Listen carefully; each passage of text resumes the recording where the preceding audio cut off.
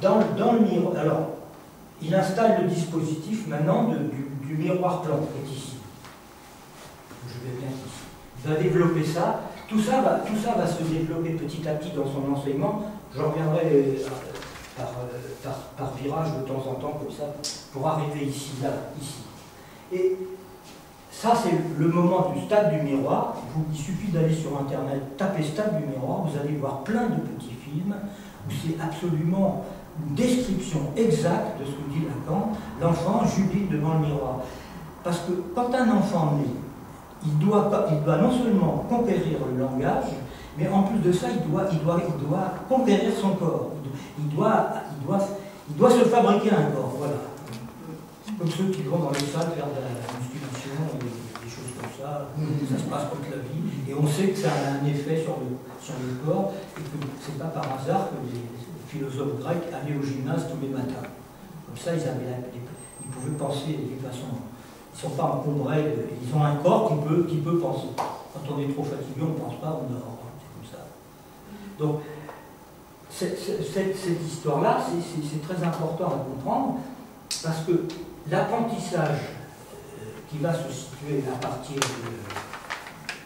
de 6 mois va nous transformer en débile mental pour le restant de notre existence, puisque nous aurons perdu nos appuis principaux et que nous entrons dans le monde de l'autre. L'autre, que Lacan appelle l'autre, comme ça au départ, qui est l'autre. L'autre, avec un grand A, c'est quoi? C'est l'étranger, c'est la mère, c'est le père, c'est le pays, c'est tout ce qu'on voudra. C'est pas encore très précis chez Lacan à cette époque-là. Hein. C'est l'autre. On a affaire à l'autre qui est radicalement étranger tout le temps. Même quand on a fait une analyse finie. Ça continue. Parce que pour l'analyste, l'autre, ça devient l'analysant. C'est son autre. Donc l'analyste, il dépense en analysant, contrairement à ce qu'on pense. C'est pour ça que d'ailleurs Lacan dit que dans la cure, le transfert, c'est celui de l'analyste. Le transfert, c'est celui de l'analyste. Or, si Freud dit que le transfert, c'est un amour vrai, ça veut dire que l'analyste, il est amoureux de son analysant. Et non pas le contraire. Parce que l'analysant, dès qu'il s'aperçoit de ça, il va lui faire des coups pandas en permanence. D'autant plus qu'il a peur que son analyste le séduise, ou lui mente, ou le manipule. C'est ça le truc. Donc, je dis des petites pointes comme ça pour bien faire comprendre les conséquences de Lacan disant que le transfert, c'est celui de l'analyse. Freud ne le dit pas, ça. Freud, il a à peine repéré le phénomène de transfert, mais enfin, il a quand même qualifié le transfert d'être un amour vrai. Pas la reproduction, comme ça c'est répandu dans les milieux analytiques et dans l'histoire du mouvement analytique. C'est pas la reproduction d'un amour des parents qui n'existe plus. C'est un amour actuel et qui fonctionne dans l'actuel. Hein, un amour vrai. Évidemment, c'est une relation analysant-analyste qui est très problématique à ce niveau-là, parce que si ça tient que par l'amour, ça risque de se terminer très mal. Il faut quand même qu'un jour les choses se dégagent. Alors, maintenant, où j'en suis dans mon truc, moi? Donc, tout ça, je vous ai fait très rapidement tout le parcours de cette construction-là, hein, qui est ici, du stade du miroir. C'est-à-dire qu'au fond, quand vous êtes devant un miroir, vous savez que c'est une image. Il y a des gens qui ne savent pas. Quand ils se voient dans un miroir, ils pensent que c'est eux qui sont dans le miroir. Ou bien quand ils sont dans la rue, ils pensent qu'ils sont les gens qui circulent, ils sont plusieurs. Il y a des tas de choses comme ça qui se passent. Donc, vous voyez votre image dans le miroir et vous avez une idée à peu près de ce que vous êtes vous-même. C'est pour ça que tous les jours, les femmes changent de maquillage, des choses comme ça, parce que comme elles repèrent moins bien que les hommes comment elles sont, elles passent leur temps à changer de coiffure. Non, les hommes, ils sont un peu plus grossiers, c'est ça que je voulais dire.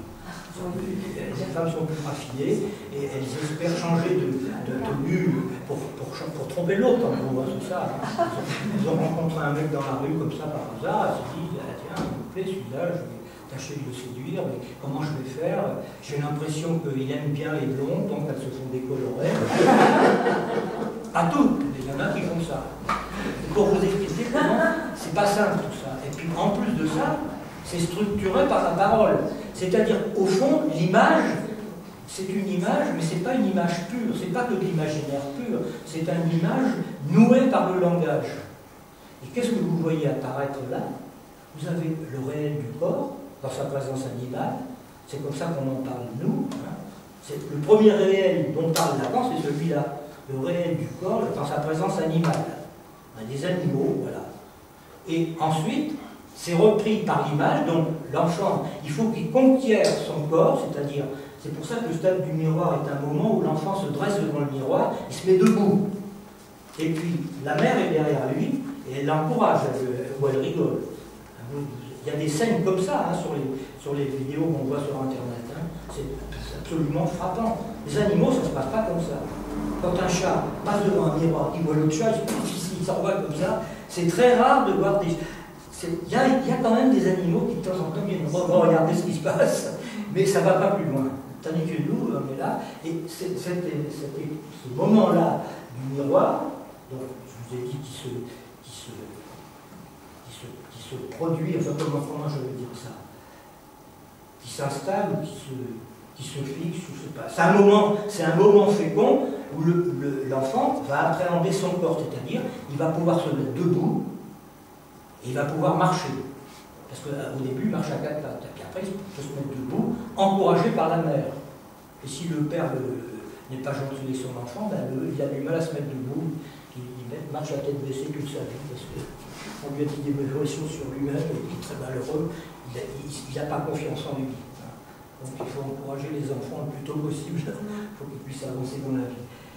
Donc ça fonctionne comme ça, ce stade du miroir, et puis c'est un moment qu'on repère parce que c'est la première fois que l'enfant éprouve une jouissance de lui-même à travers son image. Parce que les nourrissons, ça Freud le dit, les nourrissons ils se masturbent. Hein, et il semblerait même que ça leur plaît beaucoup. Ils passent la journée à faire ça. Il y a beaucoup d'enfants qui font ça, alors on leur tape dessus.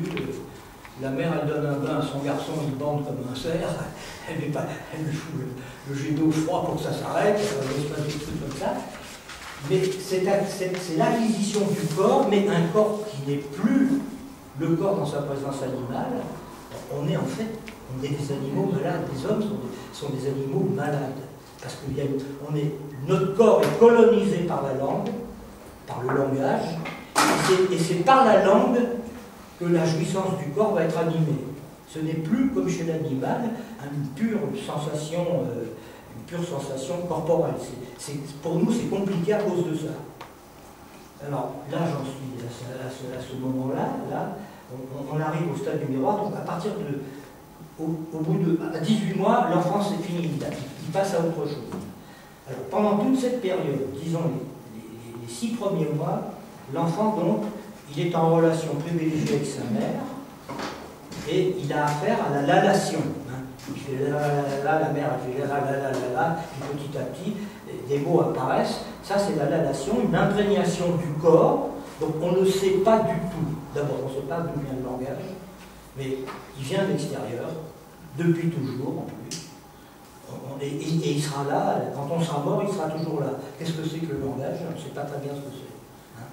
Et cette imprégnation du corps va subir un remaniement fondamental, c'est qu'à partir de 4 ans, 3 ans et demi, on l'envoie à l'école maternelle, l'enfant. Et là, alors qu'il ne va plus pouvoir faire joujou avec sa maman ou avec ses jouets, il va être mis dans une petite société humaine où on va lui imposer des règles. Hein?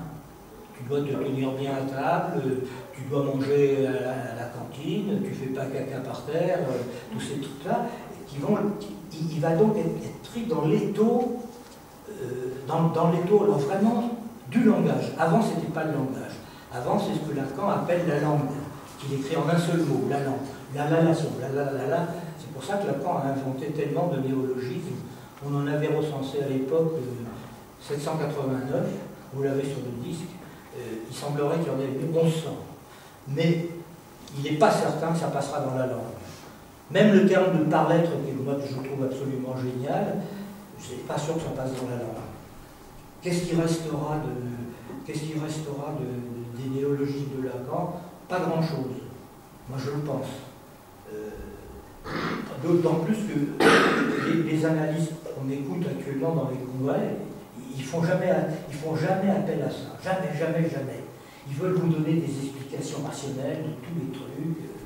Ils vous mettent en position d'élève, d'ailleurs, souvent. Donc ils vous prennent pour un crétin. Les aînés prennent les plus jeunes pour des crétins.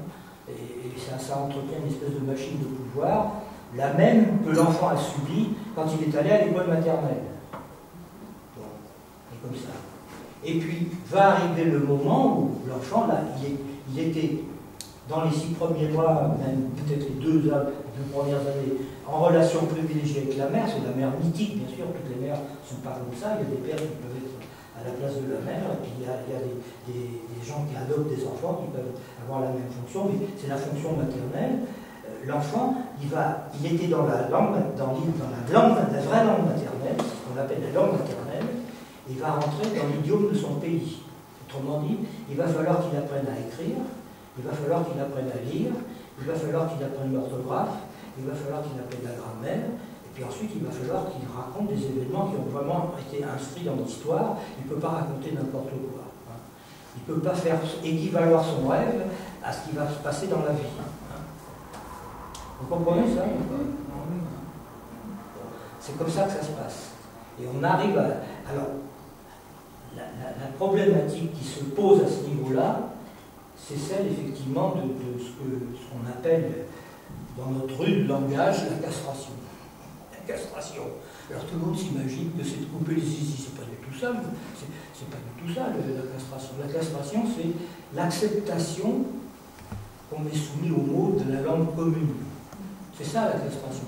C'est-à-dire que si vous n'utilisez pas les mots des autres, ben, vous vous faites constamment taper dessus, et ça devient même carrément une éviration de votre être complet, comme ça. Ça va évoluer comme ça, et la racine donc structurale chez Lacan se situe dans le stade du miroir, et ça va s'installer, je vais vous montrer comment maintenant ici. J'en suis là. Donc, le père, la mère,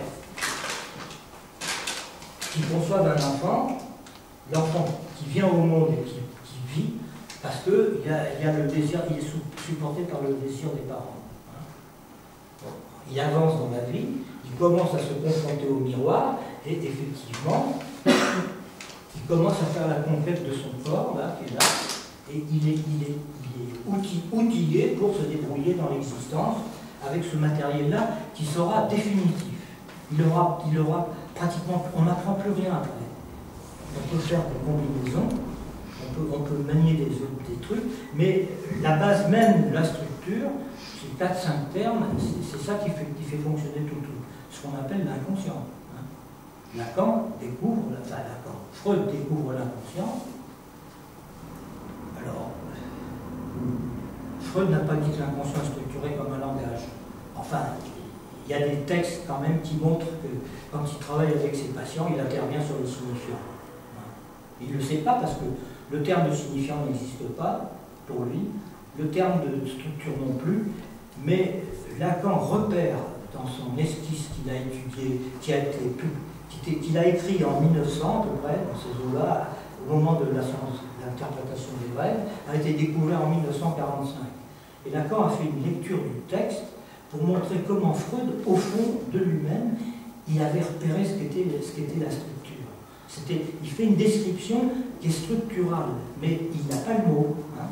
C'est pour ça que les gens qui suivent Freud et qui n'écoutent pas Lacan, qui ne le reconnaissent pas, il y en a beaucoup, ils sont toujours dans une espèce de truc confus, comme ça, parce qu'ils ne disposent pas d'outils, ils ne disposent pas de matériel signifiant pour pouvoir déplier la chose. C'est comme ça que ça se passe. Donc Lacan est un escroc, et nous on est les vrais Freudiens, lui, il raconte des trucs qui ne sont pas chez Freud, là, heureusement. Hein. Heureusement qu'on raconte des choses qui ne sont pas chez Freud, mais Lacan s'est toujours positionné pour dire que ça, il l'avait trouvé chez Freud. Moi je parlais tout à l'heure du matériel signifiant de l'enfant. Freud, à un moment donné, c'est à la fin de la science des rêves. La dernière phrase de la science des rêves, il dit que le désir est indestructible, toujours le même du début à la fin. Donc il pose bien, lui, sans savoir que la structure, c'est ça. Hein. C'est quand même très, très surprenant que ça puisse venir à ce niveau-là. Autrement dit, vous pouvez faire tout ce que vous voulez dans votre vie.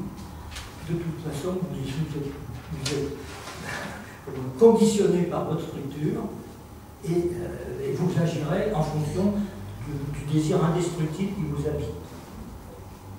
Oui. Ça tourne 2 secondes. Oui. De revenir un peu sur la question quand même de revenir sur la question de l'image inconsciente du corps à laquelle tu faisais référence tout à l'heure, Dolto, etc. La castration symboligène qui arrive plus tard, notamment l'entrée à l'école et tout. Mais on sent quand même qu'il y a... Bon, déjà, est-ce que Dolto et le stade du miroir de Lacan étaient vraiment forcément compatibles ou est-ce qu'il y a des différences? Mais au-delà de ça, qu'est-ce qui se passe entre justement ce saisissement, cette appréhension d'une image inconsciente du corps par le bébé, jusqu'à ce qu'il accède à une forme de castration par parce qu'on passe de 6 mois à 3 ans. Ne se saisit pas à travers l'histoire, même si dans l'histoire on peut repérer ça sur un sujet, ça se joue à l'insu du sujet. C'est-à-dire que c'est pour ça que Freud dit que l'enfant il fait un choix. Il choisit d'être pervers, il choisit d'être névrosé ou d'être psychotique. C'est un choix surdéterminé par la structure, mais c'est quand même un choix. C'est pas du tout un truc qui vous arrive dans l'existence comme ça, c'est déjà un choix du sujet. C'est-à-dire que dans sa confrontation avec les signifiants primordiaux qu'il a rencontrés, dans sa famille ou ailleurs, il fait des choix. Et ces choix vont déterminer ce qui va être comme sujet défini par Lacan plus précis que Freud, où vous êtes pervers, où vous êtes névrosé, où vous êtes psychotique. Et en plus de ça, c'est normal d'être pervers, c'est normal d'être psychotique, et c'est normal d'être névrosé. C'est normal. Important.